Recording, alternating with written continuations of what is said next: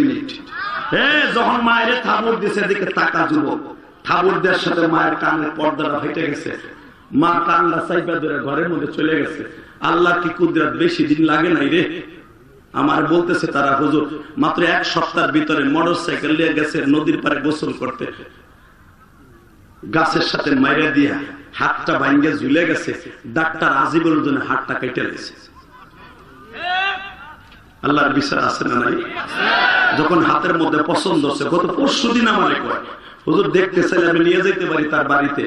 হুজুর যে বউর জন্য মায়ের থাবর দিয়েছে, যখন এই হাতের মধ্যে পছন্দ হচ্ছে, বউ তারে রেখে গেছে। মা ভিক্ষা করে এখন ট্রিটমেন্ট করে। দাদা ভাই, আমি তোমার 2টা পাও ধরে বলে দিয়ে যাই, রমজানের আগে মা বাবার কাছে মাফ চাওয়ার দরকার আছে না নাই?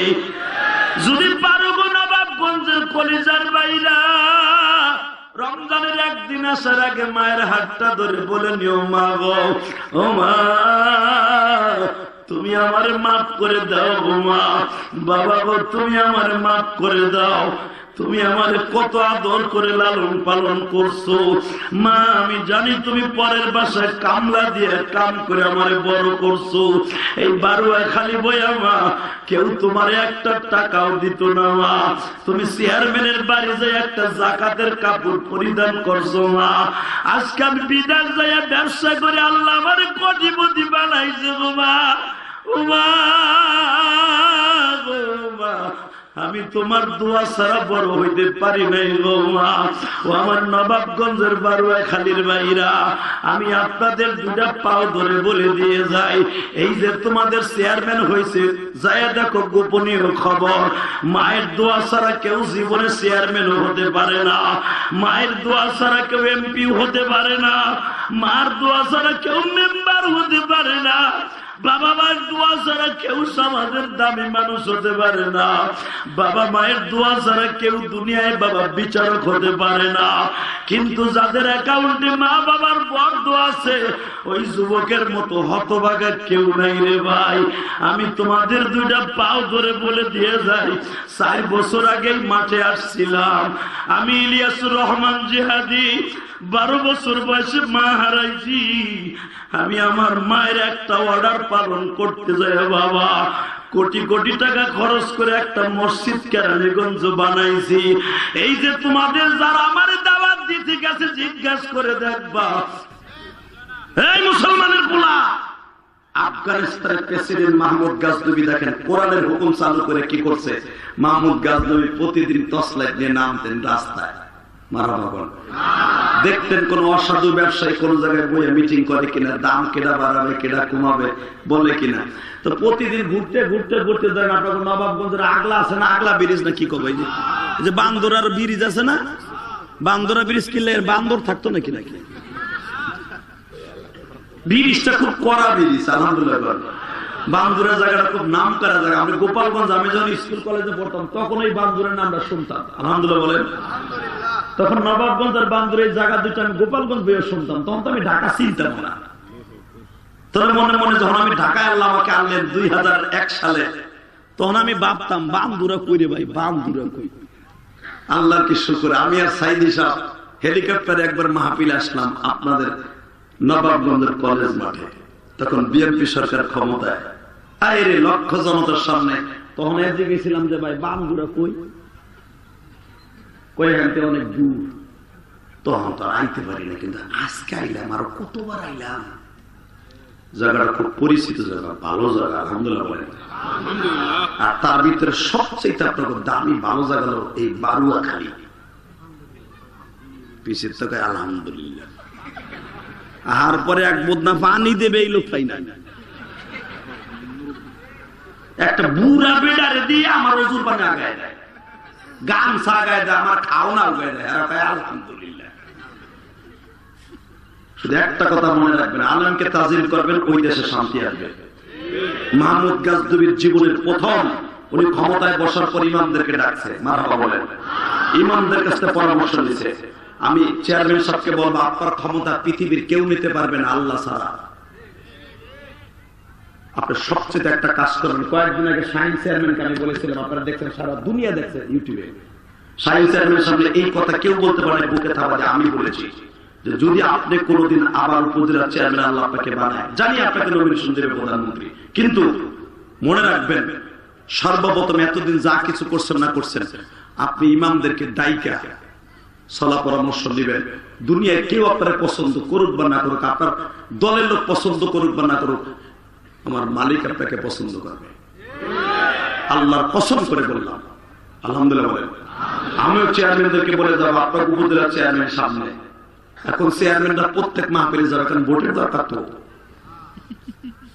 কিন্তু মনে রাখবেন ভোট কেউ আপনারা দেখবেন না, আল্লাহ যদি আপনাকে কবুল করে থাকে আপনি চেয়ারম্যান, জনগণের খাবেন। কথা বলেন না কেন? জনগণের রক্ষক, ভক্ষক না। আর রক্ষক যারা হবেন হযরত ওমরের সাথে মাহমুদ গাজনবীর গাড়িতে জান্নাতে যাবেন। এই কোরআন ধরে বলে গেলাম, একদিন আমিও থাকবো না, আপনিও থাকবেন না। কথা ঠিক না?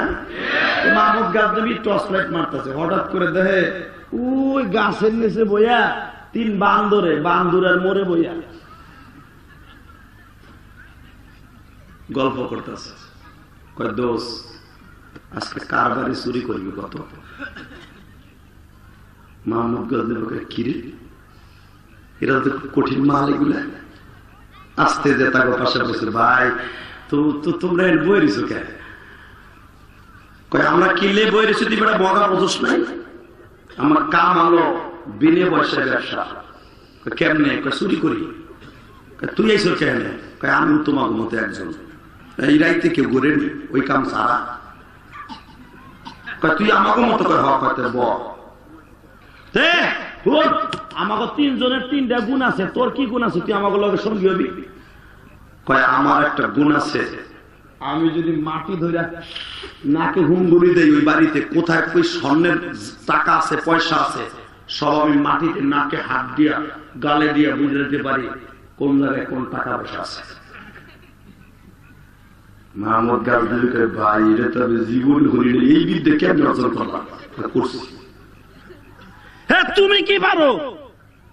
আমি পারি ভাই, অবশ্যই। রাজা বাদশাহ বাড়িতে তো কুত্তা বলে, চুরি করতে গেলে তো কুত্তা কেউ কেউ করে। আগে কুত্তার ডাকা ছিল, কুত্তা নাই। কথা বল না কেন? যেই দেশে বিচার নাই ওই দেশে কুত্তা নাই, ওই দেশে কাক থাকবো না, হাদিসের কথা। তো আগে তো ভাই বাড়ির সামনে দিয়ে কোন ব্যাংক ধরনেওয়ালা কাসিম কাটনেওয়ালা গেল, কুত্তা ওরে ডাকতে ডাকতে বাড়ির বারান্দা নিয়ে গেছে। কথা বল না কেন? এখন একটা কুত্তার ডাক শোনেন, কুত্তা এখন খায় বিরিয়ানি, ও খাইয়া ঘুমায়। আগে খাইতো গু, এলে পেটে ক্ষুদা রাখতো, কু কু করতো। এখন আপনার বাড়ি বড় বড় রান খায়, ও নিরিবিলি ঘুমায়, ওষুধ খাইয়া ট্যাবলেট খেয়ে ঘুমায়, আর ডিউটি নাই। আমার জানে যে একটা নামাজ পড়বো না, অগর ডিউটি দিয়ে লাভ নাই, আমার কাম আমি করি। যারা নামাজি তাদের বাড়ি কুত্তা কোনোদিন ঘুমাবে না, সারা রাত আপনার পাহারা দিবে। আর যেগুলো বেনামাজি, কুত্তা কবে ধূপ তোর বেনামাজির পাহারা দেয়, মাল্লাহকে আমি ঘুমাই। কথা বল না কেন? আপনি ভাইবেন না কথাটা আমি বলছি, হাদিসের কথা। যে ঘরে মানুষ নামাজি, কোরআন তেলাওয়াত, সারা রাত কুত্তা ওই বাড়িতে পাহারা দিবে।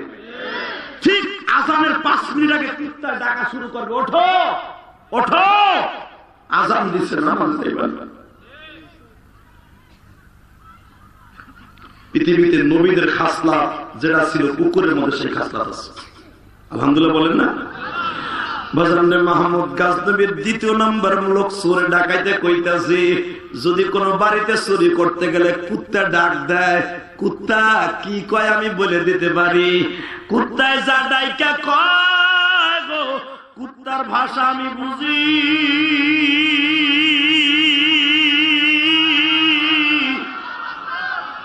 কুত্তার ডাক বন্ধ করার জন্য এক মুষ্টি মাটি পরে ফু দিলে কুত্তার ডাক বন্ধ হয়ে যায়, ধরা খাম না। আরেকজন কয় তোমার কি আছে? কয় আমি শিং এমন ভাবে খুঁজতে পারি যে বাড়িওয়ালা নিজেও ঠিক পাবে না। বাহ, বুঝলাম 3 জনের 3 গুণ।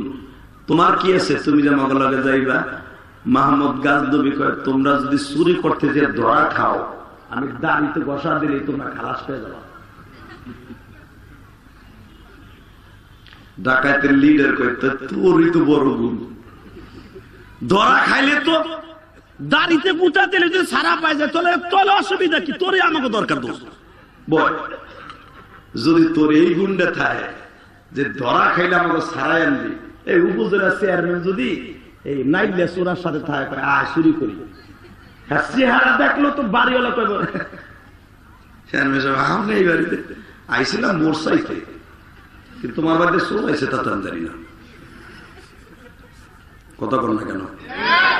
তো এবার তোমার মতো লোক যদি থাকে জারি দিয়ে আমাকে সারাই দিবা, তাহলে আর কোথাও চুরি করবো না, ডাইরেক্ট মাহমুদ গাছগুলির বাড়িতে চুরি করবো। বাজানরে ভালো করে বুঝবেন, মাহমুদ গাজনবী বলে চলো যাই দেখি তোমাদের বিদ্যা কাজে লাগে কিনা। যখনই বাড়ির কাছে গেছে বাবা, মাহমুদ গাজনবীর কুত্তাটা ডাক দিয়া কইতাছে আমার মালিক দিত গো লগে। আসলে কষ্ট হয়ে গেছে, আমি আর রস করবো না। তবা করেন আস্তাগফিরুল্লাহ। আরে ভাই তুই দোয়া করে দিয়ে যায়গা, জুমার রাতে 11টার বেশি চলবে? এই কবরের স্থানের মতো বইতে যায়। কুত্তার কথা শোনার পরে আপনিও ডাক দিবেন, রেডি? কুত্তা খাও খাও, মালিক তোর সাথে, মালিক তোর সাথে, মালিক তোর সাথে মগাগুলা কি করছো? ওইটার মেয়ে তেলা চোরা ডাকাত কিরে মালিক আবার আমাকে লগে কে? ওই আমাকে সাইডের তো একটা মালিক নাই। হালাই তুমি মিথ্যা কথা কইছে, এ মাটি দে তো উচিনকে পাকা চি চি চি চি। কুত্তার আওয়াজ বন্ধ। মাহমুদ গাজনবীকে ওরে কোরা মারে কি কই, তুই কুত্তার আওয়াজ বন্ধ করে দিলি। আচ্ছা দেই পরেরটা শিং কাটতেছে মাহমুদ গাজনবী কোদাল কয় বড় কোদাল দে,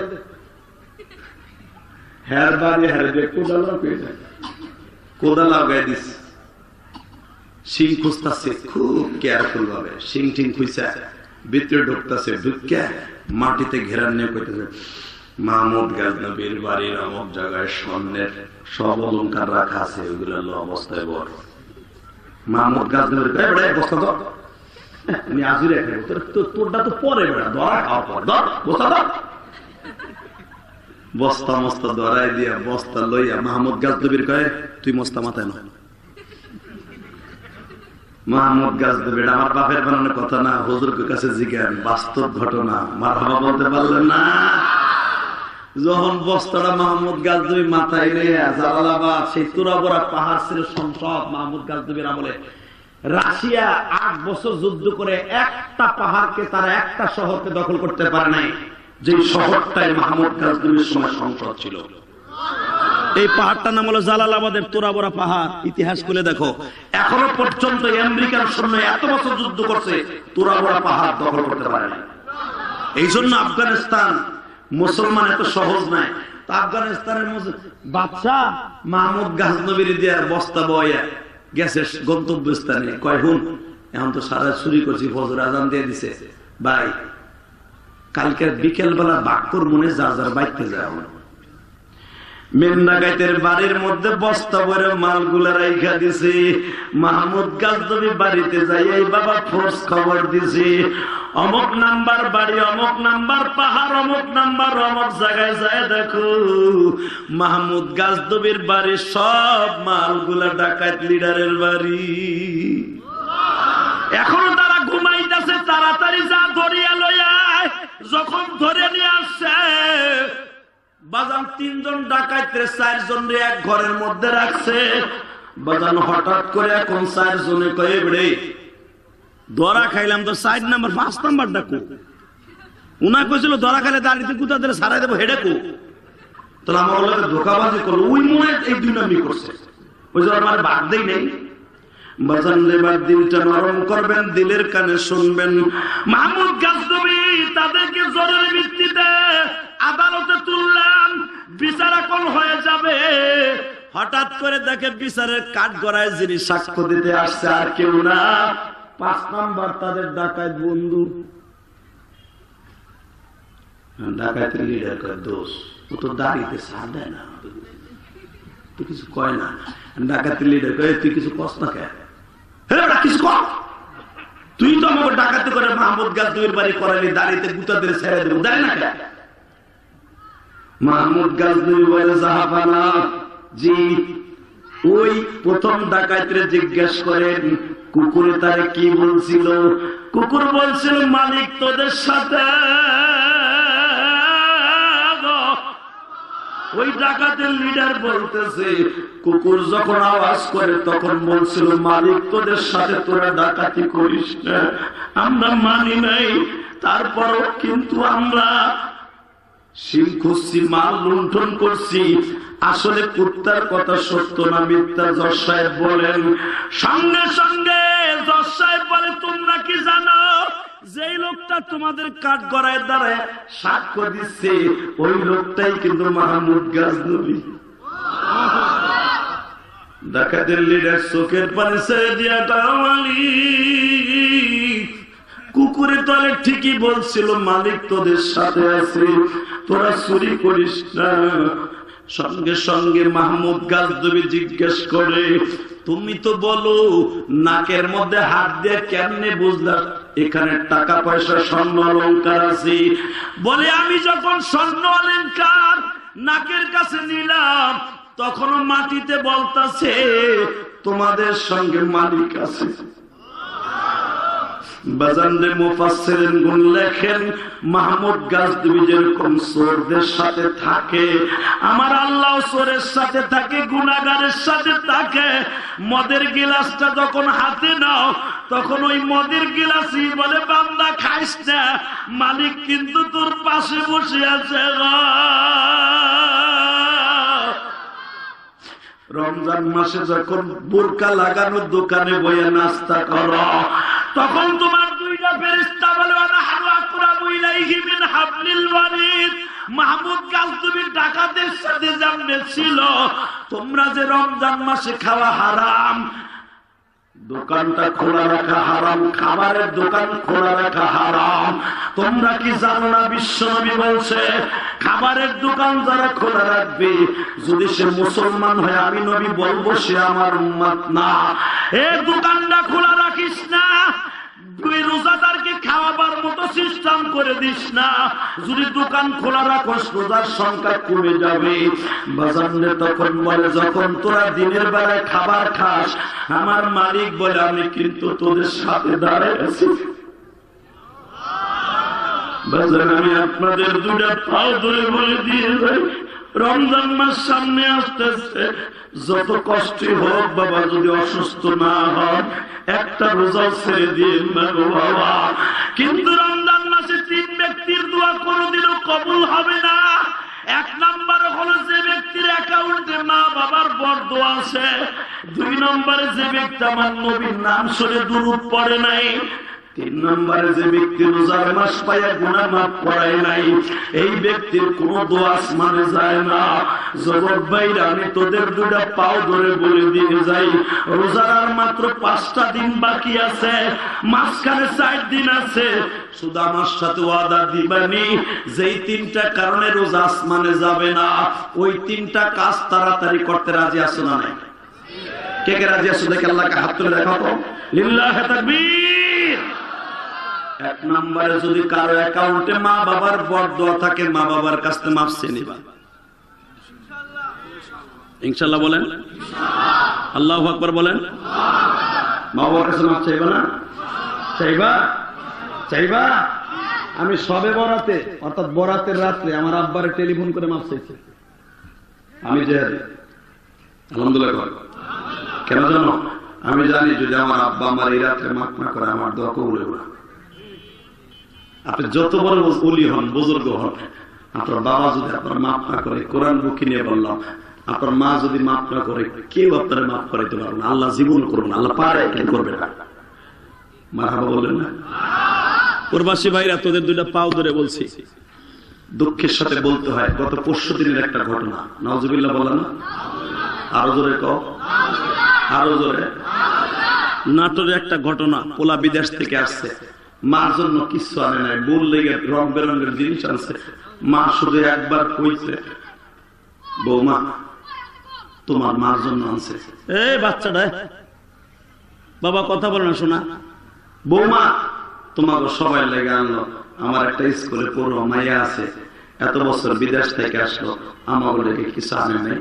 বউ তার বাঘের মতো ধরছে, ও আমার মায়েরা যারা আমার ওয়াজ শুনতে আসছেন গো মা, আমি জানি আপনারা অনেক ভালো মা, তা না হলে এই রাত পর্যন্ত বসে থাকতেন না মা। এই বাস্তব ঘটনা, গত পরশু দিনের কথা কই। আমি ওয়াজে যাওয়ার পরে আমার একজন বলে, হুজুর শুনবেন ঘটনা কি? যখন মা যে বলছে বৌমা আমাকে লাগে কিছু আনে নাই, পুত্রবধূ লাভ দিয়ে শাশুড়িরে ধরছে, এই তোমাকে লেগে কত আনবে? আমার বাবার টাকা দিয়ে বিদেশ গেছে, তোমার ছেলের তো 1 টাকা দিয়ে তোমরা বিদেশ পাঠাও না, আমার বাবাই পাঠাইছে, আমার মার জন্য আনছে, আমার বাবির লেগে আছে, তোমাকে লেগে পরে আনবো। 1 কথা 2 কথায় জর্গা লাগছে, মায় বলে ফেলছে জোর কাটাইয়া, তোমার বাপে নয় তারে বিদেশ পাঠাইছে, তোমার বাপ কি আমার পোলার দুনিয়ায় আনছে, আনলে তোমার স্বামী আনছে। কথা বল না, এ আমার সবচেয়ে বড় ধন। আবার এই পোলাটার আমি নিজের কালের তা বেঁচে ডাক্তার দেখাইছি, আমার হাতের বালা বেঁচে আবার পোলারে মেট্রিক পরীক্ষার ফি দিছি। তোমার বাপ ওই সময় কই আছিল? মা যখন এই কথা কইছে, যাইয়া শাশুড়ির চুল ধরছে বউ থেকে। যুবক ভাই, ঝরকা তাকে লাগানো আছে, স্বামী যখন বিদেশ ছিল, আজকে যখন স্বামী পাওয়ার পাইছে শাশুড়ির চুল ধরছে, যখনই ধরছে জানোয়ার পোলা যাইয়া মায়ের এমন জোরে তাপ করতেছে।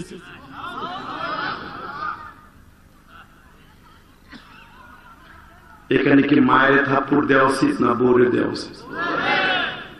না, আমি আপনাদের বউর পক্ষে, মারার পক্ষে না। এখানে উচিত আস্তে করে দুইজনের কাছে হাত জোর করে, মা তোর পাও ধরছি, মা মা তোমার পাও ধরছি, ঝগড়া বন্ধ করো, আমি বিদেশ থেকে আইছি মা, বউরে কইতে আমিও তোর পাও ধরছি, তোর স্বামী হইয়া আমার মার এত কষ্ট দিস না। মারে কবে, মা তোমার এই মায়েটা যদি তোমার হইতো তুমি আর কষ্ট দিতে পারতা না। এইভাবে যদি বুঝ দিয়ে দিত আর জীবনে জর্গা হতো না। তোমরা কইলে বউরে মারবে, কে বউরে মারা কি জায়েজ আছে নাকি? বউরে তালাক দেয়া জায়েজ আছে, মারা জায়েজ নাই। কে বানাইতেছে তোমার মাসলা? মার কথায় বউরে তালাক দেয়া জায়েজ, মারা জায়েজ নাই। অধিকার শরীয়ত তোমাকে বউরে মারা অধিকার দেয় না। মহিলারা যে কি খুশি হবে, কোন কোন হুজুর আমার হারামিটা আইয়ে কি শুরু করে। মারা জায়েজ নাই, তালাক দেয়া জায়েজ, মাসলা বুঝো। এই জন্য তো বাংলাদেশে পুরুষ নির্যাতনের কোনো মামলা নাই, নারী নির্যাতনের মামলা আছে। আমার শাশুড়ি শেখ হাসিনা পুরুষ যত মামলা দিয়ে যাবে বোন নামে কোনো মামলাই নাই না। কথা বল না, বেড়ার 1.5 কোটি টাকা মাইরা নাং হয়ে গেছে গা, গেছে থানায় মামলা দিতে, হ্যাঁ উল্টা বিদারে গরম ডিম দিছে। কথা কন না কেন? আর বউরে কিছু করে নাই, বেড়াটা মাইরা লইছে, নাঙের কাছে ভাগ্যে গেছে, উল্টা ফিলে যাইয়া নারী নির্যাতন কেস দিছে। আবার কত কেস দিছে, দইরে নিয়ে বেড়ারে এমন বাটাম দিছে, লুলা বানায় হেলাইছে। সত্য না মিথ্যা? জুলুম জুলুম জুলুম। পুরুষ নির্যাতনের মামলা থাকতে হবে বাংলাদেশে। কথা বলেন না কেন? অনেক পুরুষ আছে মিয়া, নির্জনে নির্বিকে বয়ে বয়ে বোর্ড টেনশনে কান্দে। কথা বলেন না কেন? ওই এক চাষা কথা বলে না, ঠিক মতো তো পানও দেয় না তোমার বউ। এই মুসলমানের পোলা, বাংলাদেশে পুরুষ নির্যাতনের মামলা নাই, সৌদি আরবে পুরুষ নির্যাতনের মামলা আছে। কষ্ট হইতেছে মাত্র 2 মিনিট। যখন মায়ের থাবড় দিছে, এদিকে তাকা যুবক, থাবড় দেওয়ার সাথে মায়ের কানের পর্দাটা ফেটে গেছে, মা কান্না চাইপা ধরে ঘরের মধ্যে চলে গেছে। আল্লাহ কি কুদরত, বেশি দিন লাগে নাই রে। আমার বলতেছে তারা, হুজুর মাত্র 1 সপ্তাহের ভিতরে মোটর সাইকেল নিয়ে গেছে নদীর পারে গোসল করতে, গাছের সাথে মাইরা দিয়া হাতটা ভাঙ্গে ঝুলে গেছে, ডাক্তার আজিবুল জন্য হাতটা কেটে গেছে। আল্লাহর বিচার আছে না নাই? যখন হাতের মধ্যে পছন্দ হচ্ছে, গত পরশু দিন আমার কয়, হুজুর দেখতে চাইলে আমি নিয়ে যেতে পারি তার বাড়িতে। হুজুর যেই বউর জন্য মায়ের থাবড় দিয়েছে, যখন এই হাতের মধ্যে পছন্দ হচ্ছে, বউ তারা রেখে গেছে। মা ভিক্ষা করে এখন ট্রিটমেন্ট করে। দাদা ভাই, আমি তোমার 2টা পাও ধরে বলে দিয়ে যাই, রমজানের আগে মা বাবার কাছে মাফ চাওয়ার দরকার আছে না নাই?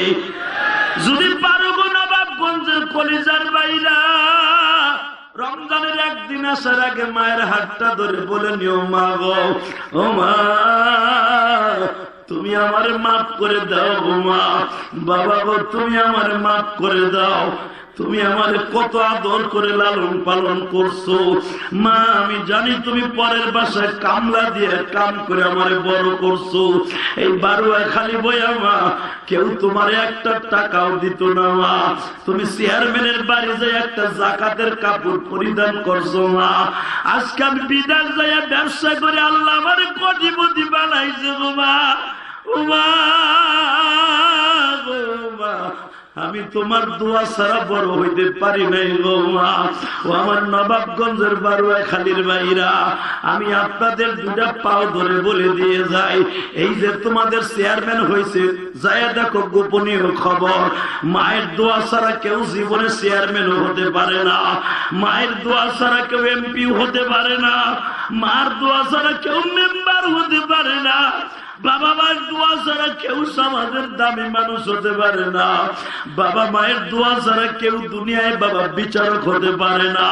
কিন্তু যাদের অ্যাকাউন্টে মা বাবার বড় দোয়া আছে ওই যুবকের মতো হতভাগা কেউ নাই রে ভাই। আমি তোমাদের দুইটা পাও ধরে বলে দিয়ে যাই, 4 বছর আগেই মাঠে আসছিলাম আমি, ইলিয়াসুর রহমান জিহাদি, 12 বছর বয়সে মা হারাইছি আমি। আমার মায়ের একটা অর্ডার পালন করতে যাই বাবা কোটি কোটি টাকা খরচ করে একটা মসজিদ কেরানীগঞ্জ বানাইছি।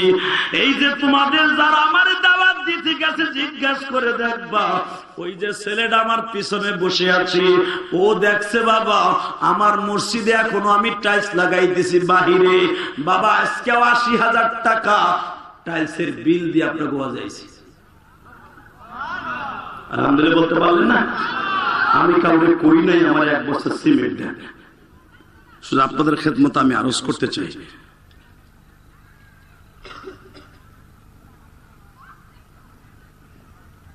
কি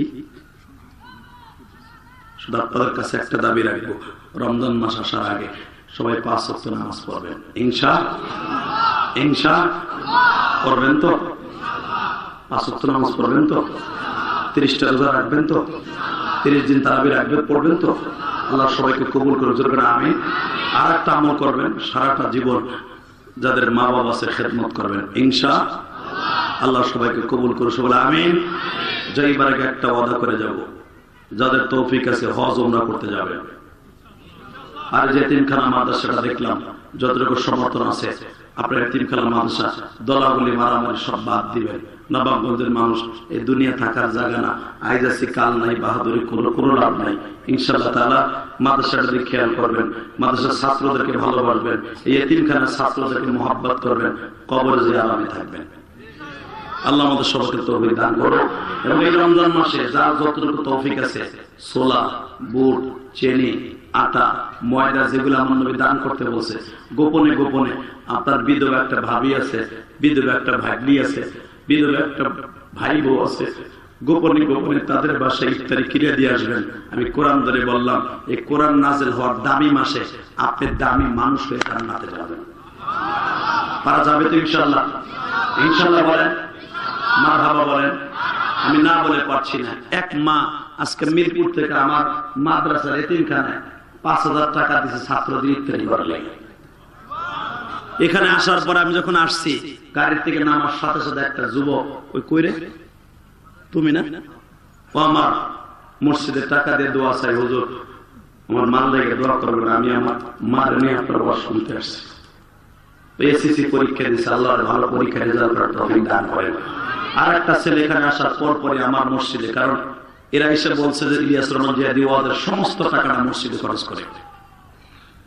এটা আমার মায়ের ওসিয়ত ছিল, ইলিয়াস যদি কোনোদিন টাকার মালিক হস একটা মসজিদ মাদ্রাসা করবি, আমার ওয়াদের সমস্ত, এবং এমনকি আমি 2টা বাড়ি হয়েছে কেরানীগঞ্জের মসজিদ করছি।